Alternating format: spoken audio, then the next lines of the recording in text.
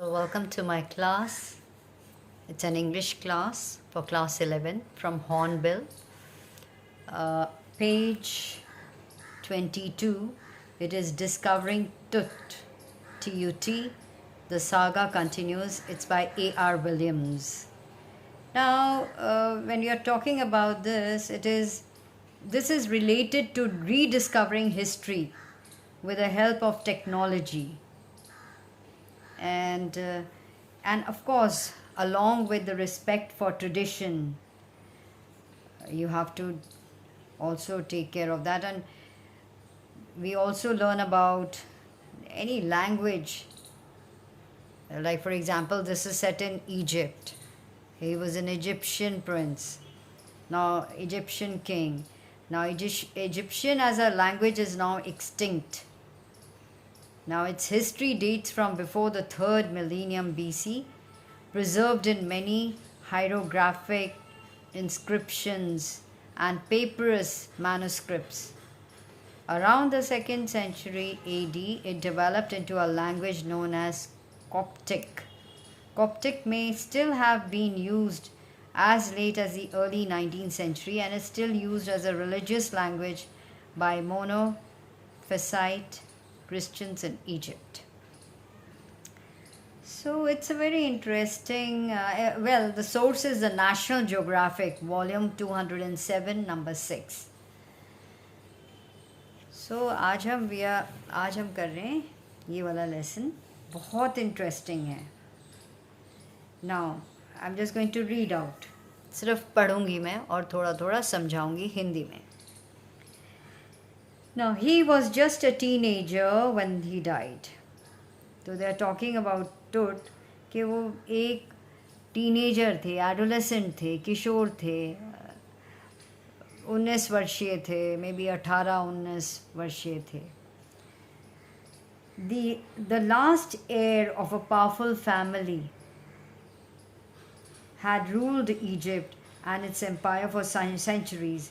He was laid to rest with gold and eventually forgotten.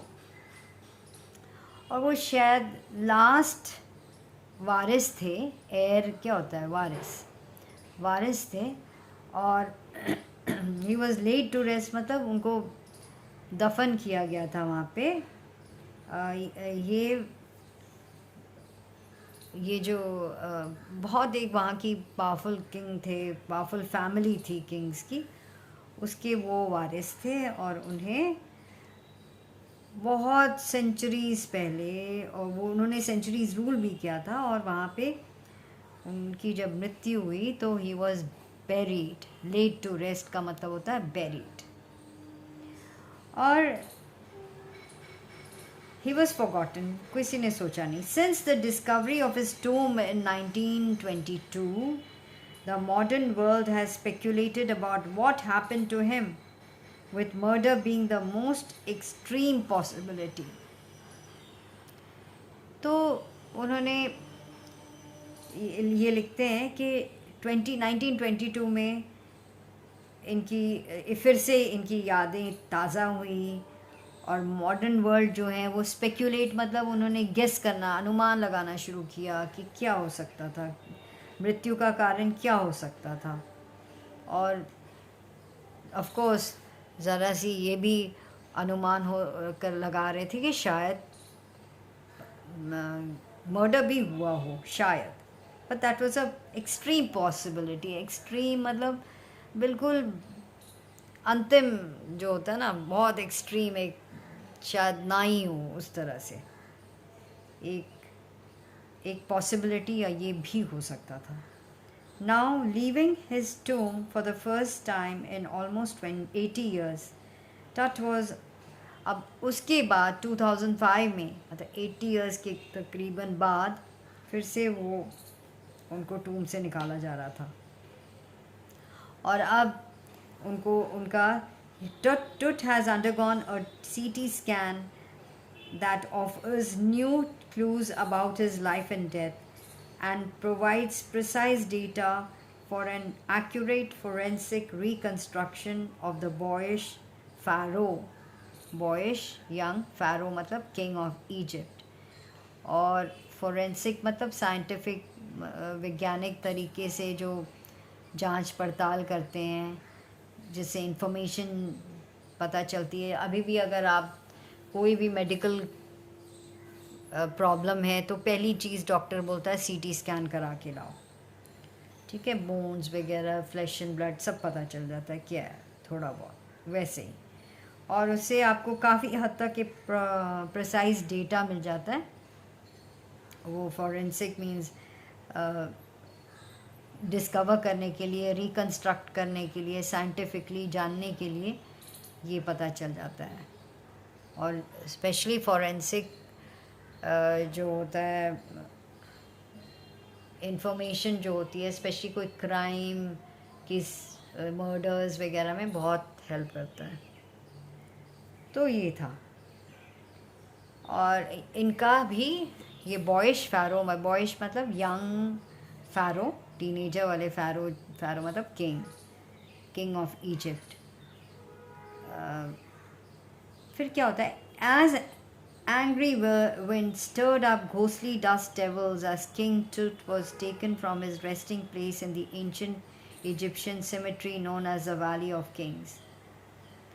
और ऐसे लग रहा था जैसे कि एक जो वहाँ की जो हवा है ना वो भी गुस्से में है, और खूब सारी, ऐसे लग रहा था जैसे कि आंधी सी आ गई थी, डस्ट सी उड़ गई थी, जैसे भी dust dwells, ghostly dust dwells, काफ़ी मतलब आंधी सी आ गई, तूफान सा आ गया। जैसे ही उन्होंने किंग टूट को निकाला एंशंट इजिप्शियन सिमेट्री से। सिमेट्री क्या होता है, जहाँ समाधि क्षेत्र होता है या बरियल ग्राउंड, जहाँ पे लोगों को दफनाया जाता है, ठीक है। और ये इसका नाम था symmetry the valley of Kings. तो उन्होंने, अगर आप अपनी पेज खोलोगे ना तो आपको वो मैप पे भी दिखाएंगे वैली ऑफ किंग्स कहाँ पे है, किस तरह से, किस अच्छे से नाइल रिवर वगैरह है वहाँ पे, आपको पता चलेगा। Just check your books, open to page 24 और आपको पता चलेगा। Now dark bellied clouds had scudded across the desert sky all day and now were veiling the stars in cascade grey. Just look at the language, so beautiful. वो कहते हैं कि जैसे कि डार्क बेलीड क्लाउड्स, अब clouds को एक metaphorically बता रहे हैं कि उनकी बेली मतलब पेट, डार्क मतलब जब आप क्लाउड्स, जो डार्क क्लाउड्स देखते हैं तो उसमें पानी भरा होता है ना, मतलब it's going to rain, had scudded across the sky.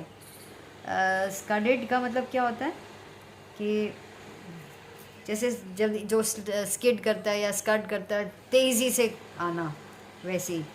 तो स्काई में जैसे कि had scudded across the desert sky.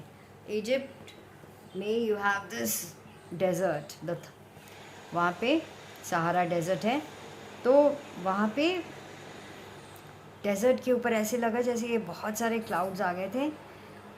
The desert sky all day and now veiling the stars in cascade grey. और अब जो शाम का वक्त होने वाला है और ऐसे लग रहा है तो स्टार्स को भी वेल कर रहा है। वेल मतलब उस पर वो एक पर्दा डाल रहा है, जैसे हाइड कर रहा है। और ग्रे, कास्केट ग्रे मतलब जो ऐसे लग रहा है जैसे कि अपने जब बारिश होती है तो डार्क ब्लू क्लाउड्स होते हैं, ग्रे हो जाता है, वैसे लग रहा था जैसे कि एक कॉफिन सा बन गया, कास्केट सा, बहुत बड़ा सा जैसा टोकरा होता है और समथिंग, ठीक है। It was 6 PM on 5th January 2005। शाम का वक्त था 5 जनवरी को 2005 में। The world's most famous mummy glided head first into a CT scanner brought here to probe the lingering medical mysteries of this little understood young ruler who died more than 3,300 years ago. और एक CT scanner वहाँ लेके आए थे जहाँ पे उनका पहले उन्होंने सबसे वर्ल्ड फेमस मम्मी तट की उन्होंने अंदर उनका पहले सर डाला, just to see the scan, to do the scan, ठीक है। सो एग्जामिनेशन, प्रोब मतलब एग्ज़ाम करने के लिए। मम्मी क्या होता है? Preserve dead body of the king specially वहाँ पे रखते थे, ड्राई करके, प्रिजर्व करके, किसी तेल में कुछ कुछ ऐसे लगा के, बहुत सारी औषधियाँ लगा के, this to keep them, they were known as mummy. उनको वो dried and preserve dead body of the Egyptian king specially, और द इजिप्शियंस, ये टूम में रखा जाता था, उनको हम ममी कहते थे। और उनको सीटी स्कैन में लगा डाला, जस्ट टू प्रोब, देखने के लिए। और so lingering medical mysteries to probe, मतलब जो भी इनके दिमाग में कोई चीज़ें आ रही थी या समझ रहे थे, या मिस्ट्री सी थी कि क्या हो सकता है, जो रह रह के आती थी, continuing for a long time, lingering जो होता है, तो ये था। उसको अंडरस्टैंड करने के लिए, उसको समझने के लिए सीटी स्कैन करा, बिकॉज दे डिडंट नो, ज़्यादा उनको पता, of this little understood young ruler who died more than 3,300 years ago. ये जो यंग रूलर था, ये कितने साल पहले मर गया था? 3,300 ईयर्स अगो। और इसकी एक जो मिस्ट्री थी वो पता करने के लिए इन्होंने किया। Now, all afternoon the usual line of tourists from around the world had descended into the cramped rock-cut tomb some 26 feet underground to pay their respects. और उनको उसको देखने के लिए पूरी आफ्टरनून, पूरा दिन समझो, आफ्टरनून, सारे टूरिस्ट जो लोग देखने को आ रहे थे अराउंड द वर्ल्ड, पूरे वर्ल्ड से, वहाँ पे पहुँच गए थे। क्रैम्प्ड मतलब descended into a cramped rock का टूम। टूम जो था, क्रैम्प मतलब बहुत लंबा चौड़ा नहीं था, और वो नैरो था, और उसमें अगर ज़्यादा लोग गए तो it was a cramped tomb, rock cut tomb. जो टूम बना था रॉक्स को काटते हुए बना था, और कितने गहराई थी? 26 फीट अंडरग्राउंड था उसका। ओके, टू पे देयर रिस्पेक्ट, उनको देखने के लिए, वो मम्मी को देखने के लिए आए थे। They gazed at the murals on the walls of the burial chamber and peered at Tut's gilded face, the most striking feature of this mummy shaped outer coffin lid. तो उन्होंने देखा कि जो वॉल्स थे ना, उन पे पेंटिंग्स बनी हुई थी। म्यूरल्स क्या होती हैं? Paintings on the wall. So they gazed at the murals on the walls. Murals means wall paintings of the burial chamber. Burial मतलब जो जहाँ पे उनका ग्रेव था, जहाँ पे दफनाए गए थे, वो वाला रूम जो था, उसका कमरा। And peered at Tut's gilded face, और पियर्ड मतलब देखना, झांकना, गौर से देखना, पियर करना, उनका जो गिल्डेड फेस जो लगा हुआ था सारा। The most striking feature of this mummy shaped outer coffin lid, और उनका जो फेस था, गिल्डेड फेस, और ये जो किस में थे? जो कॉफिन में थे। कॉफिन जो जिसके अंदर उनको डाला गया था, और वो उन्हीं के शेप का बना हुआ था। और some visitors read from guide books in a whispers. वहाँ पे बहुत सारी बुक्स भी पढ़ी थी, उसमें विस्पर करके पढ़ रहे थे धीरे धीरे। Others stood stealthily, perhaps pondering Tut's untimely death in his late teens, or wondering with a shiver if the Pharaoh's curse, death or misfortune falling upon those who disturbed him was really true. कुछ तो चुपचाप कुछ whisper कर रहे थे guide books को पढ़ के, दूसरे चुपचाप खड़े थे, परहैप्स सोच रहे थे। पॉन्डरिंग क्या होता है? डीप थॉट में, मन में सोच रहे थे कि भाई कि ये क्यों, कैसे ये मरा, या लेट टीन्स में, या फिर डर के मारे, shiver, wondering with a shiver, they were a little scared कि भाई साहब अगर हम लोग यहाँ पे कहीं वो उनका मिस फॉर्चून तो नहीं आ जाएगा हम पे, जो उन्होंने बोला था कि अगर तो कोई इसको छुएगा, डिस्टर्ब करेगा, तो जो फ़ारो है किंग का कर्स लग जाएगा. Was it really true?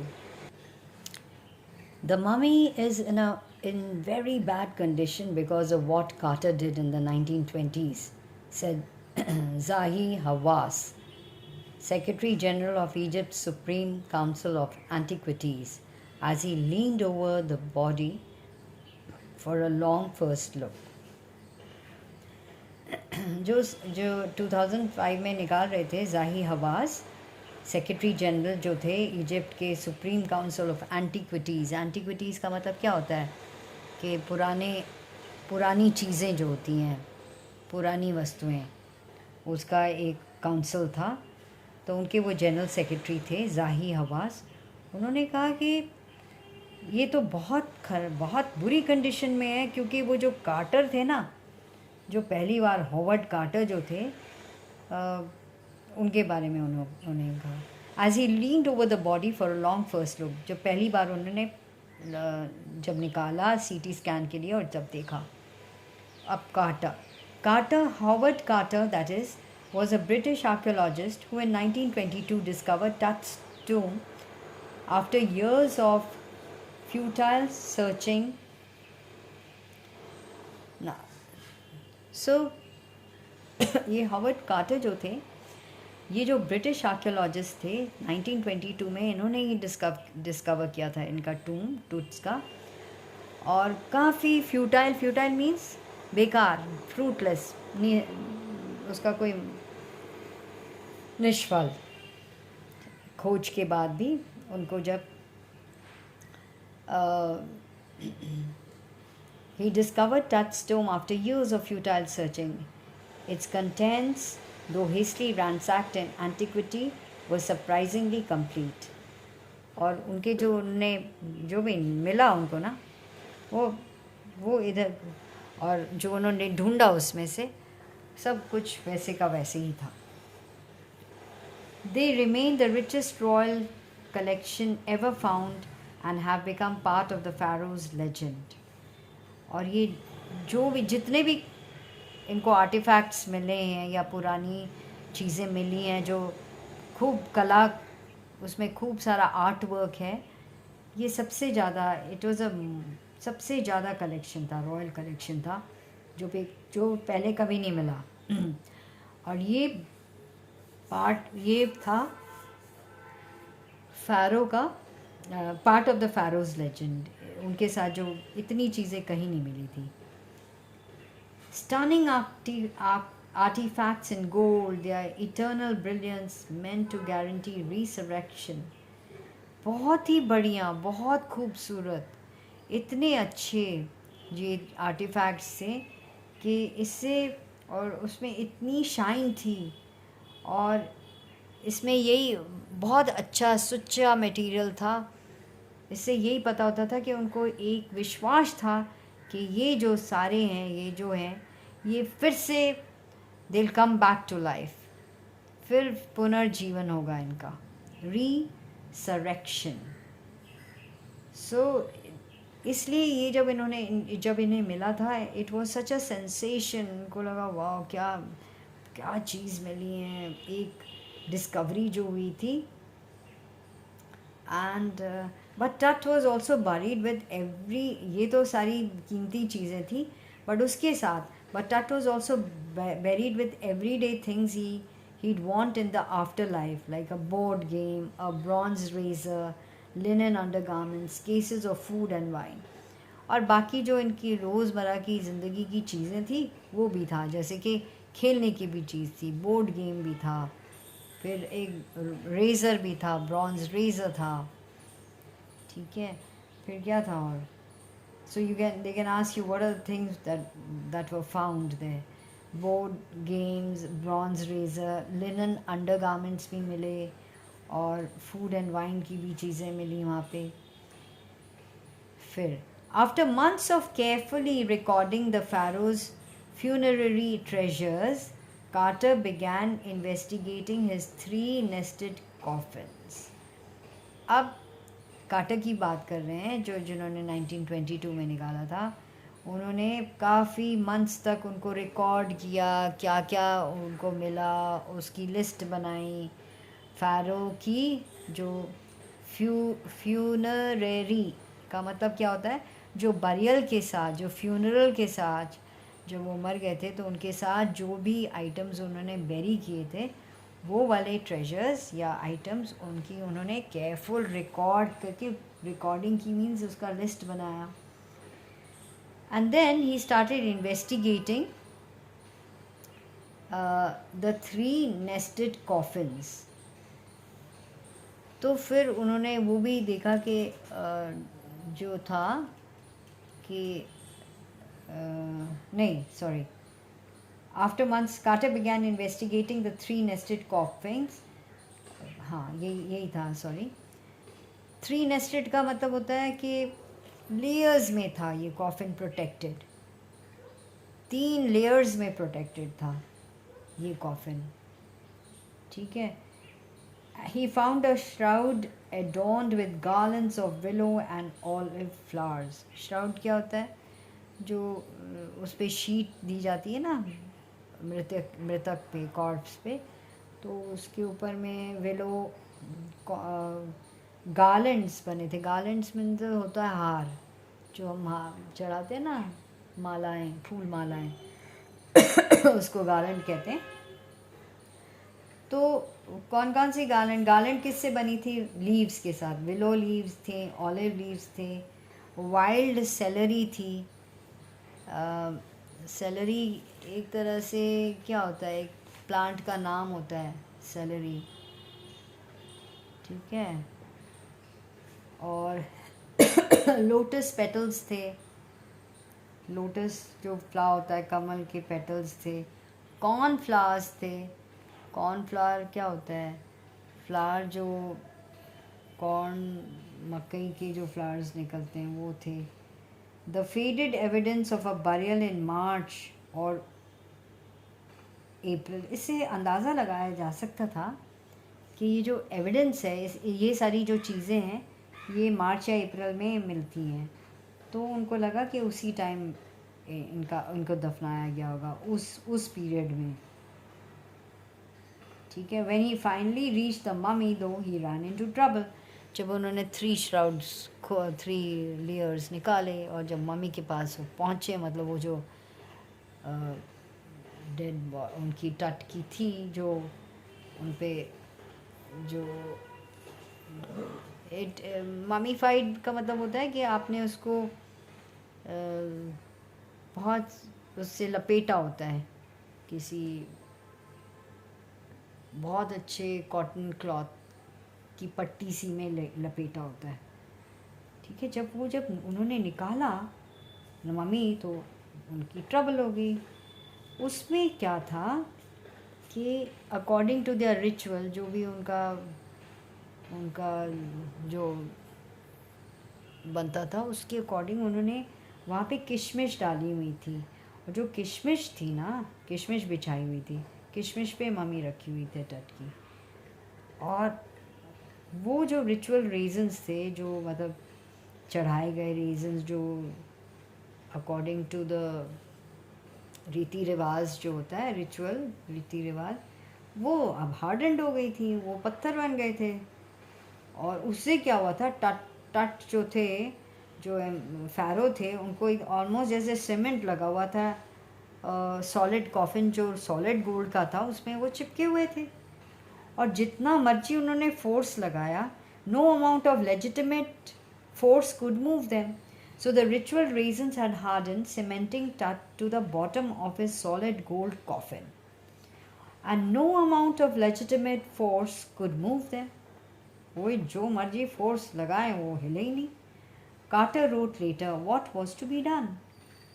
Quarter अब सोच में लगे अब क्या करें इसको, कैसे सही करें, कैसे निकालें इसको. The sun can beat down like a hammer this far south in Egypt.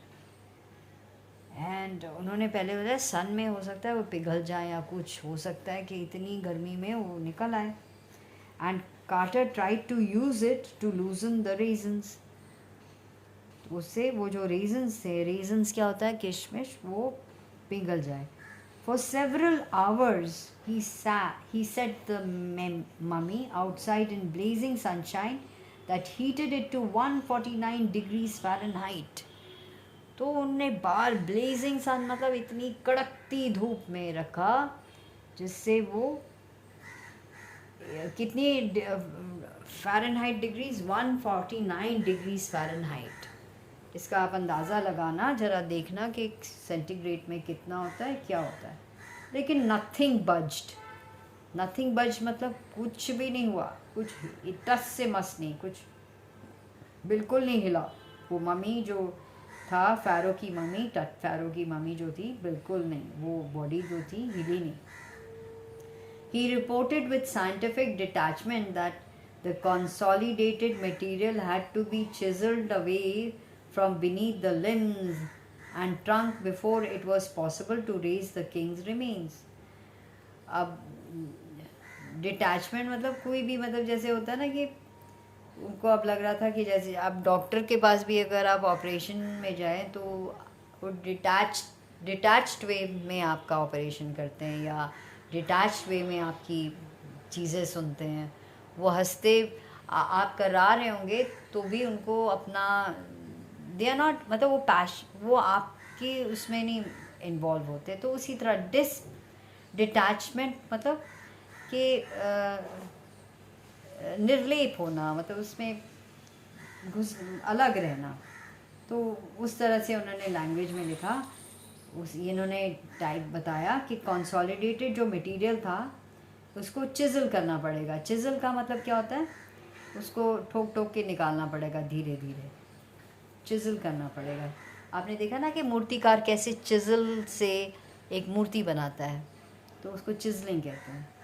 तो वह धीरे धीरे हमको चिज़ल करने पड़ेगा उनके लिम्स को, और उनके जो धड़ था हटाने के लिए. तभी किंग का जो रिमेन्स हैं, जो हैं उनकी रिमेन्स बाहर आएंगे. In his defense, Carter really had little choice. If he hadn't cut the mummy free, thieves most certainly would have circumvented the guards and ripped it apart to remove the gold. वैसे भी उनके पास अब कुछ था नहीं, कोई क्या कहते हैं, कोई चारा नहीं था, क्योंकि अगर उनके पास कोई चॉइस ही नहीं था. और अगर वो इसको चिज़ल करके या कट नहीं करते, मम्मी को फ्री नहीं करते, उनके लिम्स या ट्रंक मतलब आर्म्स एंड लेग्स को फ्री नहीं करते चिज़ल करके, या ट्रंक को मतलब middle part of the body को नहीं हटाते, तो क्या होता है. तो जो है मोस्ट सर्टनली क्या होता है, जो कि थीव्स जो थे, जो चोर उचक्के जो घूमते रहते हैं, वो क्या करते हैं, उन्होंने कैसे भी धोखा दे के सर्कमवेंट करके गार्ड्स को धोखा देते हुए उसको ऐसे ही निकाल लेना था, रिप कर. 1 मिनट में टूट जाए, अगर आप हथौड़े से मारोगे तो टूट ही जाता. वो तो चाहते थे ना कि वो बिल्कुल इतनी पुरानी बॉडी सही सलामत रहे, क्योंकि उससे उनको बहुत सारी हिस्ट्री पता चल जाती है, उसकी समझ सकते, कुछ उस पीरियड के बारे में जान सकते. स्टडी करनी थी उनको, रिसर्च करना था. और वो बाकी जो चोर उचक्के आते तो उसको तो रिप कर देते, निकाल देते, उसको ब्रेक कर देते, फाड़ देते, हटा देते, और उसमें से सारा गोल्ड निकाल लेते, ले जाते. In Tut's time, the royals were fabulously wealthy and they thought or hoped they would take their riches with them. और जब भी कहानी जिस टाइम की वो हिस्ट्री में है, उस टट्स की टाइम की, TUT के टाइम की जो थी, वहाँ पे जो रॉयल्स थे, जो रॉयल्टी थी, जो किंग्स थे, वो बहुत मतलब इतने ज़्यादा अमीर थे और खूब खर्चा करते थे, प्रचुर मात्रा में, बहुत वेल्दी थे, बहुत रिच थे, और उनको ऐसे लगता था कि ये अपने